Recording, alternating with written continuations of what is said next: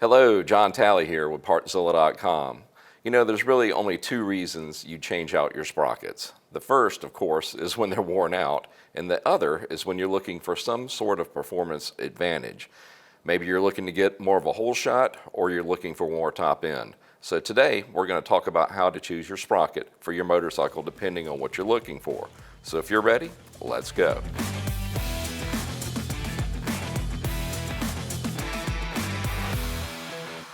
Okay guys, up front, if you're changing sprockets because they're worn, change both of them at the same time. I mean, they wear at the same rate. So if you're seeing it on one end, you're going to find it on the other. Now also, it's a good idea to change your chain at the same time, since all that stuff interacts and wears together. In fact, as you can see, you can buy kits that include both sprockets and the chain. Now, if you're just replacing for wear and aren't looking for a specific feature, they're going to end up being cheaper than buying the components individually. Now, as you can see, Vortex, Regina, and DID make aftermarket kits to fit several applications, and we've got a whole bunch of those on Partzilla.com. Now, even if you're making the change for performance reasons, you might still need to replace the chain. And honestly, it's probably a good idea no matter what, unless it's brand new. Depending on the size of your new sprocket, you might get another chain anyway, since the different size sprockets may change the length of the chain and be required to keep the correct tension. Now, it doesn't make sense to buy new sprockets for some sort of performance benefit and then give it all back because the chain isn't properly adjusted. So, what specifically are you looking for in the new sprocket? If you're looking to drop weight, then that's probably going to mean going from steel to aluminum. Now, the one thing that you need to keep in mind is the aluminum sprockets, well, they're going to be lighter, but they're going to wear out a lot quicker. Now, there is a middle ground. In some of the aftermarket steel sprockets, they are lighter than the OEM steel. So you might get enough change going that route versus going with an aluminum sprocket that will give up a lot quicker. Now, on to the size. There are really two measurements that work together to indicate how the chain and sprockets will interact. First, you have the pitch. On the chain, that is the distance between the chain pins, and on the sprocket, it's the distance between the sprocket's teeth. The second measurement, of course, is the width. And on a chain, that's the distance between the plates, which is determined by the length of the rollers inside of the chain. And on the sprockets, the width is the distance between the inner and outer face of the sprocket's teeth. To get everything to work right, the pitch on the chain and the sprocket need to match, and the same on the width. It all has to match up exactly.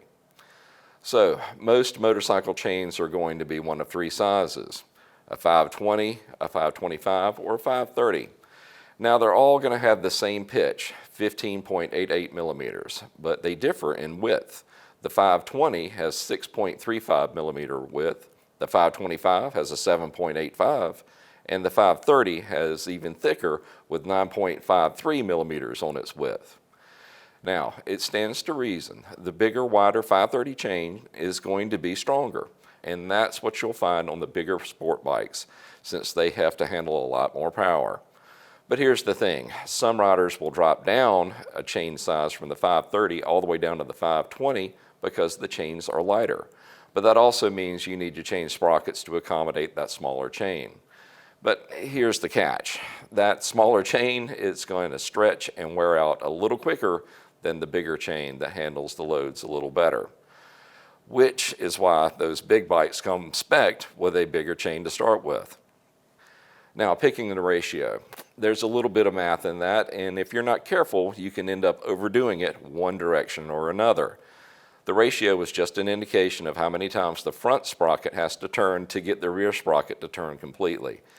All you have to do is divide the number of teeth on the front into the number of teeth on the back. So, say you have a 17-tooth front and a 45-tooth rear. 17 into 45 equals 2.65. So, that's your ratio. Now, the higher that ratio gets, the more you're moving into something that has more bottom end and acceleration but gives up the top end, since that higher number is telling you something about RPMs. If it takes a lot of turns for that front sprocket to turn the back, then you're twisting higher RPMs and you're just going to run out of the power band. On the other hand, a lower number won't get you off the line as quick, but it'll give you more top end since it's going to turn the rear sprocket more efficiently. And you don't need to change the number of teeth on both ends to get results. Just going up or down one tooth on the back won't do much, but on average, going up or down one tooth on the front is like going up or down 3 teeth in the back, which changes the math a whole lot more. So if you're doing just a fine tune, just change the back. But if you need to do a big swing, well, you need to start up at the front sprocket.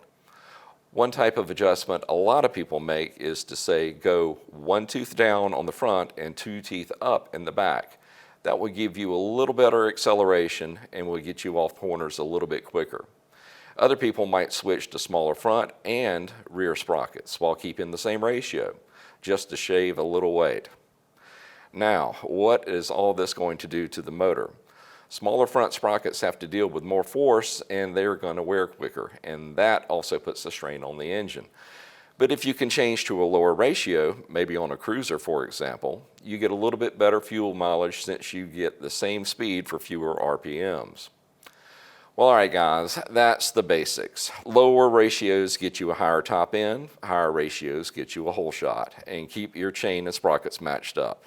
Well listen, if you need chain sprockets or anything else for your machine, why don't you come see us at Partzilla.com and we can get you taken care of. If you have any questions or comments, leave them in the section below and I'll do my best to answer them. We just want to say thank you for shopping here with us at Partzilla, and we will see you in the next video. Y'all have a great day.